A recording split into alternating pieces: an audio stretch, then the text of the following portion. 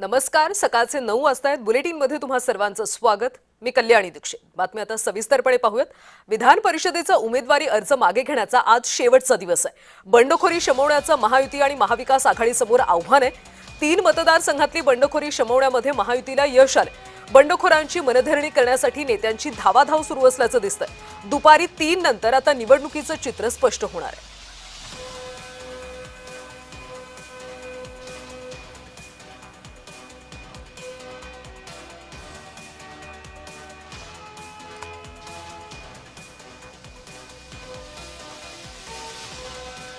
तर आज विधान परिषदेतला उमेदवारी अर्ज मागे घेण्याचा शेवटचा दिवस आहे. त्यामुळे कोण उमेदवारी अर्ज मागे घेतं हे पाहणं महत्त्वाचं आहे. आणि या सगळ्या संदर्भात आपण अधिकची माहिती जाणून घेऊयात. आमचे प्रतिनिधी सध्या आपल्यासोबत जोडले गेलेले आहेत. पुण्यामधून प्रीतम पुरोहित, नाशिकमधून किरण गोटूर आणि इथे मुंबईमधून मनोज दायळकर आपल्यासोबत जोडले गेलेत. आपण पहिल्यांदा जाऊयात पुण्यामध्ये. आपले प्रतिनिधी प्रीतम पुरोहित सध्या आपल्यासोबत आहेत. प्रीतम, पुण्यामध्ये खरं तर राष्ट्रवादीमध्ये बराच गोंधळ पाहायला मिळाला होता. मात्र आता विक्रम काकडे हे अधिकृत उमेदवार असल्याचं समोर आलंय. सध्या पुण्यातलं चित्र काय आहे? पुण्यामध्ये आज कसं वातावरण पाहायला मिळतंय? विधान परिषदेच्या स्थानिक स्वराज्य निवडणुकांमधील 17 जागांसाठी 18 तारखेला मतदान होतं आणि 22ला मतमोजणी होते. याच्यामध्ये पुण्यातून राष्ट्रवादीकडून विक्रम काकडे यांना त्यावेळेस उमेदवारी देण्यात आली आणि त्यांचा पक्षप्रवेश करून त्यांना निश्चित उमेदवार केलं गेलं.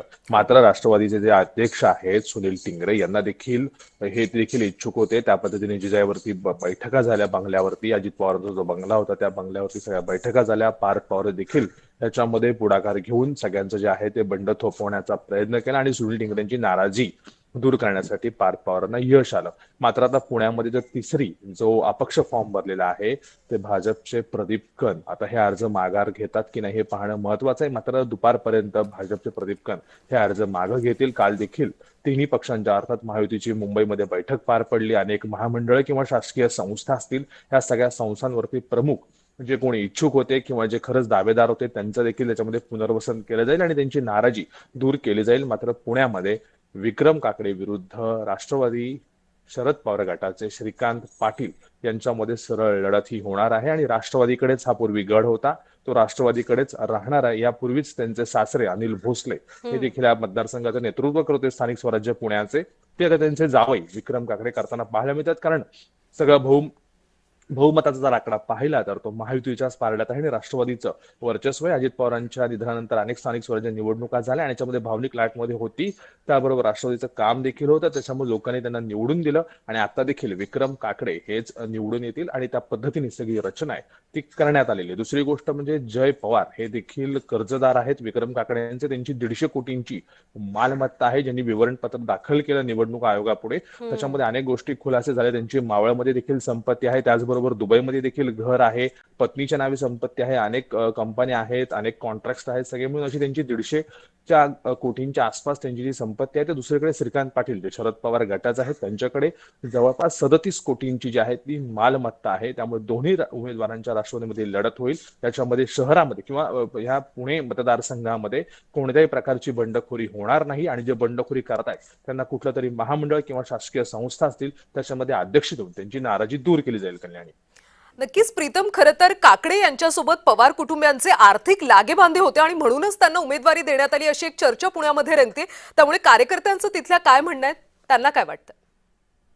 खरं तर कल्याणी पाहिलं तर पार्थ पवार, जय पवार आणि विक्रम काकडे हे थोडेफार समवयस्कर आहेत आणि ते एक पहिल्यापासूनच काकडे आणि पवार कुटुंबियांचा घरोबा राहिलाय. दोन्ही राष्ट्रवादी एकत्र आल्यानंतर जे काकडे संजय काकडे ते खासदार राहिलेले आहेत, भाजपचे आहेत. मग त्यांनी आयत्या वेळेस राष्ट्रवादीमध्ये प्रवेश केला. दुसरी गोष्ट त्यांची आर्थिक बाजू देखील तितकीच भक्कम आहे. त्यांचे अनेक व्यवहार आहेत. अनेक ठिकाणी त्यांनी कर्ज दिलेले, काही जॉईंट व्हेंचर्स मध्ये त्यांचे प्रोजेक्ट देखील सुरू आहेत. त्याच्यामुळे ते फायनान्शियली खूप चांगले स्ट्रॉंग आहेत. त्याच्यामुळे आणि पार्टीला त्यांची उपयुक्तता पण देखील महत्वाची आणि ती माहिती आहे आणि काकड्यांना मांडणारा देखील एक विशेष वर्ग पुण्यामध्ये आहे. त्याच्यामुळे ती राष्ट्रवादीसाठी जमेची आणि सोपी बाजू आहे. कारण अजित पवार गेल्यानंतर तटकरे, पटेल, खरात प्रकरण याच्यामध्ये पक्षातील दुसरी तिसऱ्या फळीवर नेत्यांचे वाद, पहिल्या फळीतील सगळं अस्थिर हे सगळं प्रकरण होत असताना सुनेत्रा पवारांनी पक्ष हा काबीज केला, त्या अध्यक्ष बनल्या. त्याच्यानंतर आता पक्षाचं नेतृत्व हळूहळू हे पार करताना पाहायला मिळतात आणि त्याची पहिली नक्कीच झलक प्रीतम, आपल्याला त्यामुळे यांनी एक सांगितलं. प्रकारे आता राष्ट्रवादीची पुण्यामध्ये भक्कम बाजू आहे, त्यामुळे आता विक्रम काकडे हेच विजय होतील असं जवळपास आता निश्चित झालंय. दरम्यान आता नाशिकमध्ये नेमकं काय चाललंय आपण जाणून घेऊयात. आमचे प्रतिनिधी किरण गोटूर सध्या आपल्यासोबत आहेत. किरण, नाशिकमध्ये बराच गोंधळ सध्या पाहायला मिळतोय, कारण गीते बंधूंमधल्या एकाने उमेदवारी अर्ज मागे घेतलाय, मात्र दुसरे निवडणूक लढण्यावर ठाम आहेत. त्यामुळे ही सगळी बंडखोरी शमवण्यासाठी अजूनही प्रयत्न केले जात आहेत का? कल्याणी, सुरुवातीपासूनच नाशिक विधान परिषदची जी जागा आहे या जागेवरून संघर्ष निर्माण झालेला होता. दोन्ही पक्षांनी म्हणजे भाजप आणि शिवसेनेने या जागेवरती दावा केल्याने हा संघर्ष पाहायला मिळाला आणि त्यानंतर ही जागा शिवसेनेला सुटली आणि शिवसेनेकडून अधिकृत उमेदवार नरेंद्र दराड यांनी आपली उमेदवारी अर्ज दाखल केली आणि त्यातच भाजपचे गणेश गीते आणि त्यांची बंधू गोकुळ गीते यांनी देखील जे उमेदवारी अर्ज दाखल केला आणि त्यानंतर राष्ट्रवादीकडून गोरख बोडके यांनी सुद्धा जे उमेदवारी अर्ज दाखल केलेले आहे. कालपासून मंत्री उदय सामंत हे नाशिकमध्ये होते, त्यांनी काही बंडखोरांशी चर्चा केली, खरं तर त्यांना समजवण्याचा प्रयत्न केला. त्यानंतर भाजपचे गणेश गीते मुंबईमध्ये होते, गिरीश महाजन यांची भेट घेतली. काल रात्री उशिरा मुख्यमंत्री आणि उपमुख्यमंत्री एकनाथ शिंदे यांची देखील गणेश गीते यांनी भेट घेतली आणि आता जी माहिती मिळते गणेश गीते हे आपलं उमेदवारी अर्ज मागे घेतील अशा पद्धतीची माहिती सूत्रांनी जय महाराष्ट्राला दिलेली आहे आणि त्याच पद्धतीने गोकुळ गीते मात्र हे निवडणूक लढण्यावरती ठाम आहे. अद्याप गिरीश महाजन यांना हे गोकुळ गीते यांची समजूत काढण्यामध्ये यश आलेलं नाही अशा पद्धतीचं माहिती मिळते आणि गोकुळ गीते एकूणच गीतेंनी जर आपली उमेदवारी कायम ठेवली तर निश्चितच शिवसेनेची डोकेदुखी वाढणार आहे आणि त्यामुळे दुपारपर्यंत वेळ आहे आणि दुपारपर्यंत गोकुळ गीतेंना भाजपकडनं हे अर्ज मागे घेण्यासाठी हे समजूत काढण्यात येतो का किंवा मागे घेण्यासाठी गोकुळ गीते यांना सांगण्यात येतो का हेही बघणं महत्वाचं असणार आहे आणि त्याच पद्धतीने राष्ट्रवादीकडून देखील गोरख बोडके यांनी अद्याप आपली उमेदवारी अर्ज दाखल हे जे आहे ते मागे घेतले नाही, ते सुद्धा मुंबईमध्ये आहेत. मी आमच्या वरिष्ठ नेत्यांशी चर्चा करतो आणि त्यानंतर मी माझी भूमिका घेतो अशा पद्धतीची जी आहे ती माहिती गोरख बोडके यांनी दिलेली आहे आणि त्यामुळे अद्याप तरी हे कोणीही अर्ज जे आहे ते मागे घेतले नाहीये. दुपारपर्यंत वेळ आहे, फक्त गणेश गीते आपली उमेदवारी अर्ज मागे घेतील अशा पद्धतीची माहिती सूत्रांकडून मिळते आणि त्यामुळे दुपारपर्यंत आणखी काय काय राजकीय घडामोडी नाशिक विधान परिषद निवडणूक संदर्भात घडतात हे बघणं महत्वाचं असणार. नक्कीच गोकुळ गीते आता उमेदवारी अर्ज मागे घेतात का हे पाहणं अतिशय महत्वाचं आहे. दरम्यान इथे मुंबईमध्ये राजकीय नेत्यांमध्ये सध्या काय घडामोडी चालल्या, त्यांची कशा पद्धतीने धावाधाव सुरू आहे, अधिकची माहिती घेऊयात. आमचे प्रतिनिधी मनोज दाळकर सध्या आपल्यासोबत आहेत. मनोज, खरं तर ही बंडखोरी शमवण्यासाठी राज्यातल्या अनेक मतदारसंघांमध्ये बंडखोरी झाली, ही बंडखोरी शमवण्यासाठी राजकीय नेत्यांची सध्या कशी धावाधाव सुरू आहे, मुंबईमध्ये काय पाहायला मिळतंय?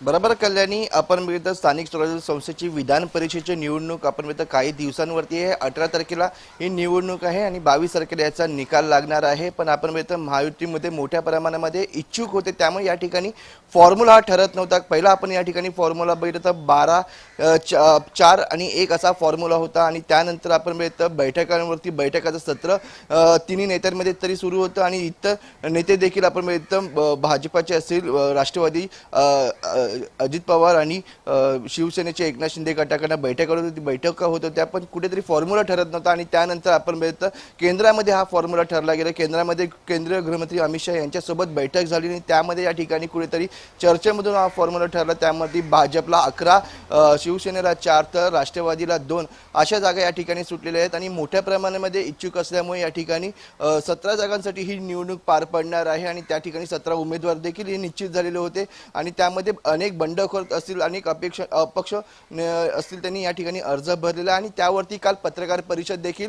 महायुतीकडनं घेण्यात आलेली होती आणि त्यामध्ये 17 उमेदवार यांची नावंही समोर टाकली गेली आणि आपण बोलण्यात आली आणि त्यावरती आपण याच ठिकाणी सर्व उमेदवारांना वोट करायचं असं देखील या ठिकाणी आपण सांगण्यात आलं आणि त्यामागे आता सर्वांचं लक्ष लागलं जे बंडखोरी ज्यांनी केलेली त्यांना मागे घेण्यासंदर्भात आणि या ठिकाणी सर्व नेते आपण ज्या ठिकाणी बंडखोरी झालेली आहे त्या ठिकाणी आपण बघितलं तर ज्यांनी बंडखोरी केली त्यांना अर्ज मागे घेण्यासाठी प्रयत्न करत आहेत, त्यांच्याशी बोलणी करत आहेत, त्यांच्याशी चर्चा करत आहेत. पण या ठिकाणी आपण आजचा शेवटचा दिवस आहे आणि दुपारी 3 वाजेपर्यंत या ठिकाणी किती जण अर्ज मागे घेतात आणि किती जण बंडखोरी करतात हे देखील तेवढंच पाहणं महत्त्वाचं आहे. राज्यातल्या मतदारसंघातले कोणते उमेदवार आता उमेदवारी अर्ज मागे घेतात हे पाहणं महत्त्वाचं आहे. 17 ठिकाणी विधान परिषदेची निवडणूक कशा पद्धतीने पार पडते हे पाहणं अतिशय महत्त्वाचं आहे. सगळ्या प्रतिनिधींचे खूप खूप धन्यवाद माहितीसाठी.